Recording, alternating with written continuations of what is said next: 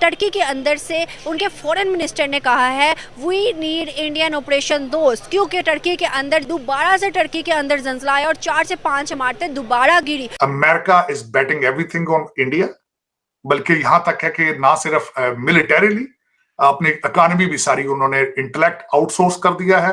India ने बहुत ही humanity का एक मैसेज दिया है पूरी दुनिया को। एक रात के अंदर 140 पासपोर्ट देकर टर्की के अंदर इंडियन आर्मी भेजी है। हम यहाँ पर इंडिया के साथ दुश्मनी निभाने में लगे रहे हैं और इंडिया आप देखें कहां से कहां पहुंच गए, 5वीं बड़ी इकॉनमी बन गया। आज टर्की की नज़र में पाकिस्तान बुरा और इंडिया अच्छा हो गया। और एक और स्टेटमेंट ट्विटर पे ट्वीट हो रही थी जहां पर किया जा रहा था वाह वाह इंडिया तू पाकिस्तान। पाकिस्तान का फट गया ढोल, बीच बजरिया खुल गई पोल। इंडिया के वजीर खारजा एस जयशंकर का कहना है कि पाकिस्तान का मुस्तकबिल बड़ी हद तक पाकिस्तान के अपने इक़दामात और इंतखाबात से तय होगा, क्योंकि हिंदुस्तान का रवैया पाकिस्तान के साथ श्रीलंका जैसा नहीं हो सकता। जयशंकर साहब ने फिर पाकिस्तान की क्लास लगा ली, बोला कान पकड़ो, बाहर जाओ, मुर्गा बनो, उठक बैठक करो, लेकिन मुंह बंद रखो। यानी कि सुब्रमण्यम जयशंकर ने कहा कि हम पाकिस्तान की कोई मदद नहीं करने वाले।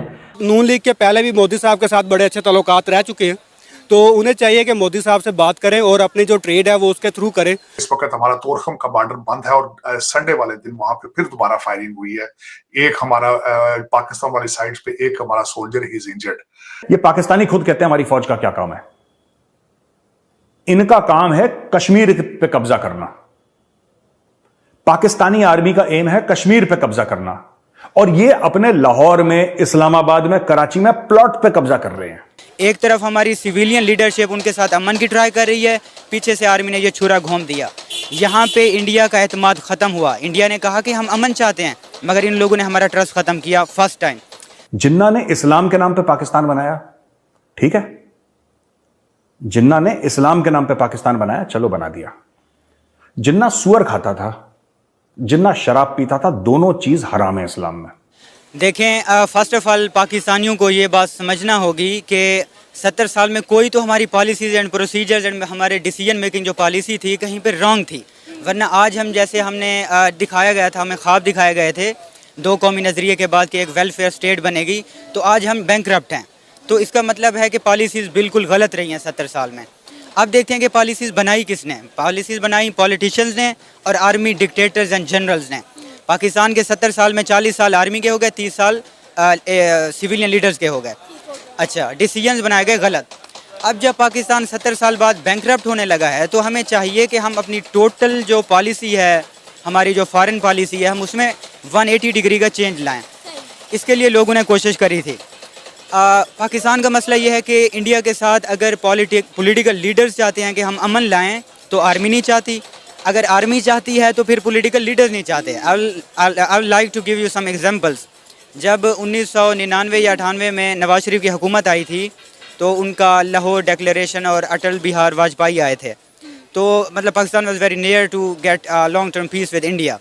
मगर वो कैसे ये सारा काम डिस्टर्ब हो गया, मुशर्रफ ने कारगिल कर दिया, और इवन नवाज शरीफ को पता ही नहीं था। हम अगर रिपोर्ट्स देखें तो ये 2-3 जनरल्स का काम था जिन्होंने ये काम करा। ठीक है, एक तरफ हमारी सिविलियन लीडरशिप उनके साथ अमन की ट्राई कर रही है, पीछे से आर्मी ने ये छुरा घोंप दिया। यहाँ पे इंडिया का एतमाद ख़त्म हुआ। इंडिया ने कहा कि हम अमन चाहते हैं, मगर इन लोगों ने हमारा ट्रस्ट ख़त्म किया फर्स्ट टाइम।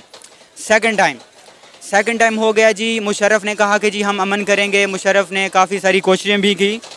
8 साल बाद मुशर्रफ को लगा कि इंडिया के साथ अमन होना चाहिए, हालांकि वही बंदा जिसने ये काम ख़राब करा था। फिर काफ़ी सारे डायलॉग्स हुए, डिसाइड हुआ मनमोहन सिंह के साथ।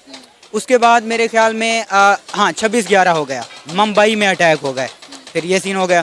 मतलब ये है कि अजमल कसाब से पूछा गया, मतलब उसकी इन्वेस्टिगेशन करी गई, तो पता चला कि it's Pakistani terrorism linked with this incident. आपको पता है कि अभी रिसेंटली जावेद अख्तर साहब लाहौर आए हुए थे, तो उन्होंने भी इस इंसिडेंट का जिक्र किया जो पाकिस्तानियों को काफ़ी बुरा लगा। यस। तो मुशर्रफ के दौर पे ये इंसिडेंट हुआ। इससे इंडिया का जो ट्रस्ट है ना, वो बिल्कुल ख़त्म हो गया कि यार Pakistan is never going to improve and have better relation with India. तो इससे जब नरेंद्र मोदी की गवर्नमेंट आई, अब देखें तीसरा प्राइम मिनिस्टर नरेंद्र मोदी लाहौर में आया, नवाज शरीफ से मिला। फिर भी क्या हुआ कि उसके बाद कोई नवाज शरीफ को हटा दिया गया, ठीक है। फिर पुलवामा अटैक हो गया। उसके बाद मोदी ने कहा कि हम ऐसी पॉलिसी बनाएंगे कि हम बस अब पाकिस्तान से अमन करने वाले नहीं हैं। तो ये उनकी एक एक्सट्रीमिस्ट आइडियालॉजी हो गई। अब आते हैं पाकिस्तान की मिलिट्री और सिविलियन और का आपको पता है कि इंडिया की तरफ से ये कई बार स्टेटमेंट आ चुकी हुई है कि दहशतगर्दी और पीस टॉक जो है वो साथ साथ नहीं चल सकते। नहीं चल सकते। तो सीन कुछ इस तरह है कि अब इमरान खान के दौर में जनरल बाजवा ने काफ़ी कोशिशें करी, जयशंकर और शाह महमूद कुरैशी साहब यूएई में आपस में मिले, कन्वर्सेशंस हुई और इनका था कि मोदी को 5 या 10 दिन के लिए पाकिस्तान का विज़िट कराया जाए, डिफरेंट जो टेम्पल्स हैं वो विज़िट कराया जाए। मगर जब मोदी ने फिर एक अटैक हुआ, पता नहीं क्या हुआ, हालात बिगड़ गए, फिर मोदी ने वो आर्टिकल 370 एब्रोगेट करा।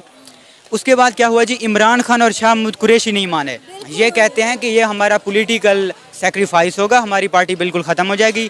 तो बाजवा साहब हम इस तरह नहीं कर सकते, आपने हमारे पूछे बगैर हमारी ईगो हर्ट करी। और how can you take decisions on foreign policy when we have civilian leadership. इसीलिए इंडिया जो है पाकिस्तान के इन तमाम क्राइसिस में पाकिस्तान की मदद नहीं कर रहा। ओवरऑल अगर पाकिस्तान की बात करें, क्राइसिस चल रहे हैं, ऐसी सिचुएशन में इंडिया के जो फॉरेन मिनिस्टर हैं डॉक्टर जयशंकर, उनसे किसी मीडिया वाले ने इंटरव्यू के दौरान क्वेश्चन पूछा कि जैसे श्रीलंका को आपने मुश्किल वक्त में सपोर्ट किया, हेल्प किया, ऐसे ही क्या पाकिस्तान को आप हेल्प करेंगे। तो उन्होंने ये बोला कि मतलब पाकिस्तान जो अभी जिस कंडीशन में है इसका जिम्मेदार खुद है और आगे भी जो किस डायरेक्शन में जाता है वो पाकिस्तान पे डिपेंड करता है। क्या कहना चाहेंगे, हमारे नेबर्स के साथ रिलेशन बेहतर होते तो वो हमारी हेल्प करते? इसमें तो कोई शक वाली। श्रीलंका को इंडिया ने हेल्प किया, श्रीलंका को इंडिया ने हेल्प किया और आप ये कह रहे हैं कि इंडिया हमें क्यों हेल्प करेगा कि नहीं करेगा? इंडिया हमें क्यों हेल्प करेगा? नहीं, मैं ये नहीं कह रहा हेल्प करेगा या नहीं करेगा, मैं ये कह रहा हूँ अगर रिलेशन बेहतर होते तो हम ट्रेड कर सकते। क्यों करता वो? क्यों करता, क्यों ना करता? हम क्या बनाते हैं? आप कुछ बनाते हैं? आप कुछ बनाते हैं? आप कॉटन लेते हैं? थे कॉटन वगैरह की इंडस्ट्री थी, कॉटन सर हमारे पास कॉटन थी। हम क्या करते हैं, हमारी ज़्यादातर फैसलाबाद की जो इंडस्ट्री है वो ख़त्म क्या हो गई है। जब चल रही थी वो क्या करती थी, कॉटन लेती थी, धागा बनाती थी, बाहर भेज देती थी। कोई फिनिश प्रोडक्ट हम बनाते हैं? या आपने जो कोट पहना है क्या हम यहाँ बनाते हैं? ये जो शर्ट पहनी हुई है भाई ने, ज़्यादातर बाहर के ब्रांड यहाँ हमसे बनवाते हैं, अपना लोगो लगा के बाहर भेज देते हैं। इंडिया ने लद्दाख में मार खाई चाइना से और वापस चाइना के पाँव भी पकड़े। क्यों पकड़े इंडिया ने? और क्यों नहीं पकड़े? इंडिया ने तो रिसेंटली उन्हें, आपने वीडियो बड़ी वायरल हुई थी, आपने देखा होगा कि वो जैसे वो चाइनीज को बॉर्डर के ऊपर चाइनीज को वो सोटों से मार रहे हैं, सोटियों से मार रहे हैं। वो सिर्फ वीडियो है सर, वीडियो है। अपने इंडियंस को दिखाने के लिए वीडियोस हैं। नहीं, ये हैरत वाली बात है कि उन्होंने एक मिनट उन्होंने चाइनीज को ये कहा होगा कि यार हमने वीडियो रिकॉर्ड करनी है तो जरा मार खा लो।